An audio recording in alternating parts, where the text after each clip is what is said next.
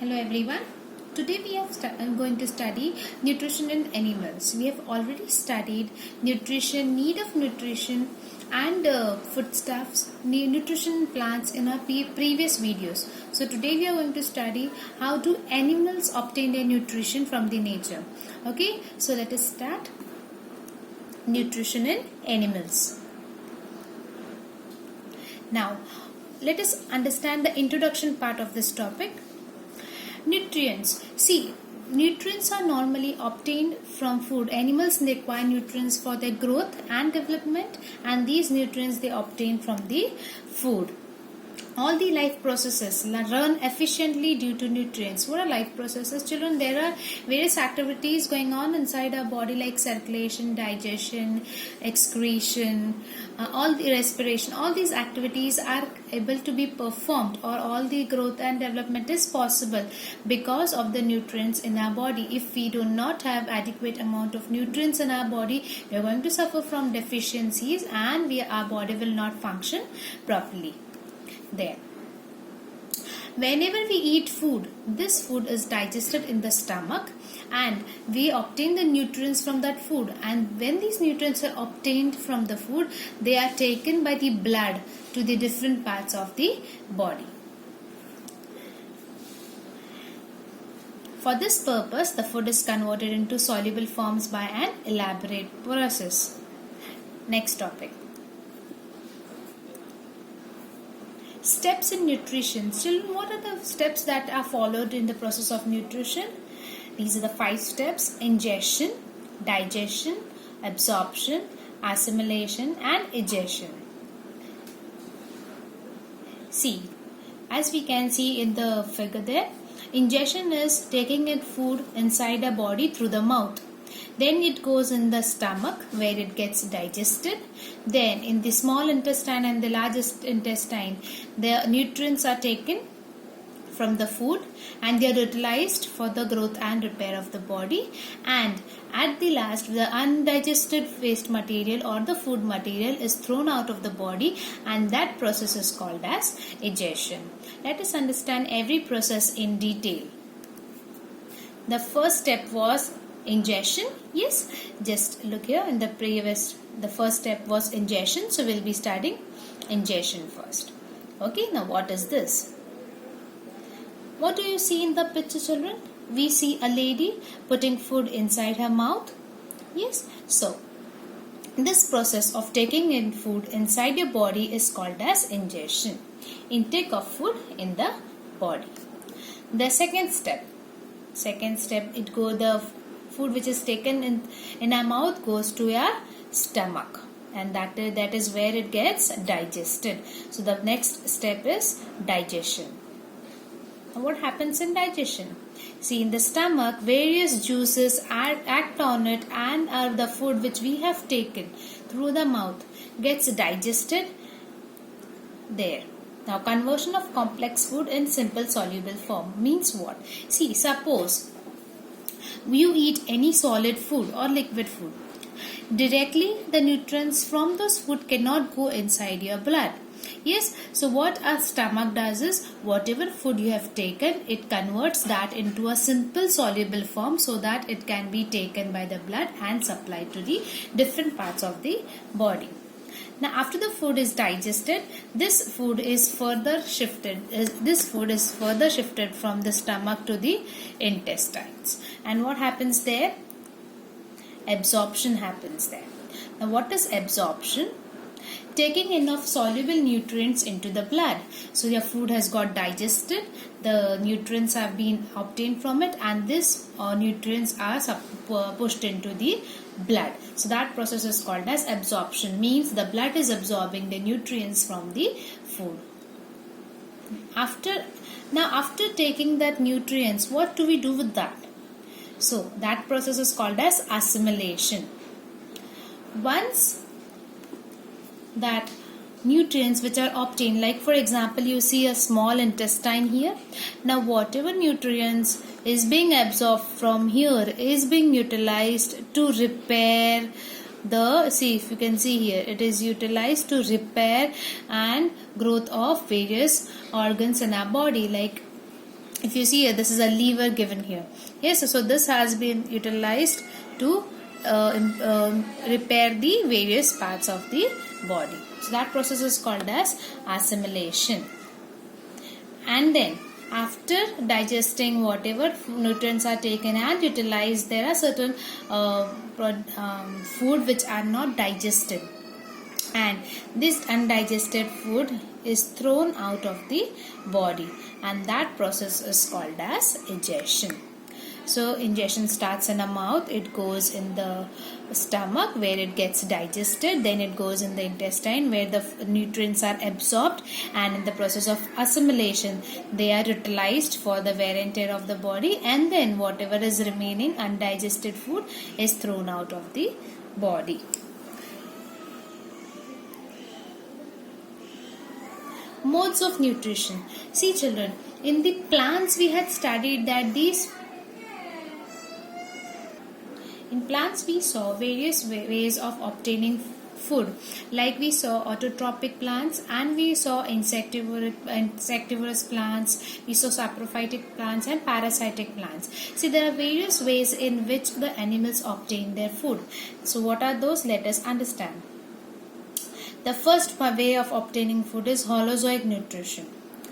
Look at the chart given here. Yes, now this flow chart shows that nutrition can be obtained in two types: autotrophic nutrition and heterotrophic nutrition. Autotrophic nutrition is normally shown by the plants, whereas heterotrophic nutrition is shown by the animals. Yes, now these animals can obtain the nutrition in four ways: holozoic, saprophytic, parasitic and mixotrophic. We'll study each one of them in detail, especially these three ones we are going to study in detail. Okay, so let us first understand what is holozoic nutrition. So holozoic nutrition is a type of nutrition that is characterized by internalization and internal processing of gaseous, liquid and solid food particles. So in holozoic nutrition, normally we take in solid food or liquid or gaseous food, and then it is being digested and utilized inside our body. So let us understand holozoic nutrition. Now organisms are of two types, unicellular and multicellular. I hope we all are aware of both these types. Yes, unicellular are the organisms, yes, whose all life processes of nutrition occur in the same cell. These are the examples of certain unicellular organisms, like you see here: paramecium, amoeba, bacteria and yeast. These are all unicellular organisms. These are the unicellular organisms. If you see here, these are all the single cells. Okay, they do not have any body parts. So these are certain kind of animals who obtain. These are the unicellular organisms: amoeba, euglena, paramecium. Yes, so all these are the various unicellular organisms who carry out their various life processes inside a single cell. Similarly, we have the multicellular organisms. Now these multicellular organisms ingest food through mouth. Like human beings, we are the multicellular organisms and we take in food through our mouth. Like, let us see the examples of multicellular organisms. Multicellular organisms like humans. Now in humans, how do we take food inside our body? Through the jaw. We have a jaw-like organ which helps in taking the food inside our body. Then tigers also has a jaw-like structure. Even the cockroaches, they also have the jaw-like structures. Grasshoppers, again they show a jaw-like structures for taking in the food. These are the ways in which the animals are taking in their food. Then we have butterfly. Now if you look at the butterfly has this tube-like thing. Yes, this tube-like thing through which it takes the nectar from the flower. So that tube-like thing is called as proboscis. And then we have mosquitoes and bedbugs. Now how do they take? They have two structures. One is the needle-like structure which is used for piercing. Yes, it pierces its needle-like structure inside our body, and the tube-like structure sucks the blood out of our body. So there are various ways in which this is a bed bug. Okay, so there are various ways in which the multicellular organisms are going to take in their food. We have the next types of animals according to type of food. So all type of animals eat different types of food. So the kind of food they eat classifies them into different categories. Now what do you see in the picture, children? We see a cow, a rabbit, a zebra, an elephant, and many other animals, right? What is common in all these animals? These animals eat plant matter like grass or maybe fruits, seeds. So all such animals who consume plant matter are called as herbivores. Then what do you see in the next picture? There's a lion and a tiger. Do they eat plant products? No, they eat flesh, right? So the animals that feed on other animals are called as carnivores. Yes, they normally eat fruits. Now next, humans and monkeys. Do humans only eat plants, or do they only eat animals? No. Animals, humans, chimpanzees are the creatures who eat both plant products and animal products, and that's why they are called as omnivores. Yes, if you see here, I've shown herbivores with green color, which specifies that they eat a plant matter. Then I've shown carnivores with red color, which shows that they are eating flesh. And then omnivores I've shown in both the colors. Omnivores are shown with green as well as red, which means that they eat both plants and animals. And last we have the vulture and the crow. Now these are called as scavengers because these creatures obtain their food from the dead bodies of the animals. Okay, so these vultures and these crows are really very helpful to our environment because they usually help us to clean the environment. All the decaying stuff and dead and decaying stuff they consume and keeps our environment clean. Now the next one, decomposers. Now decompose means what?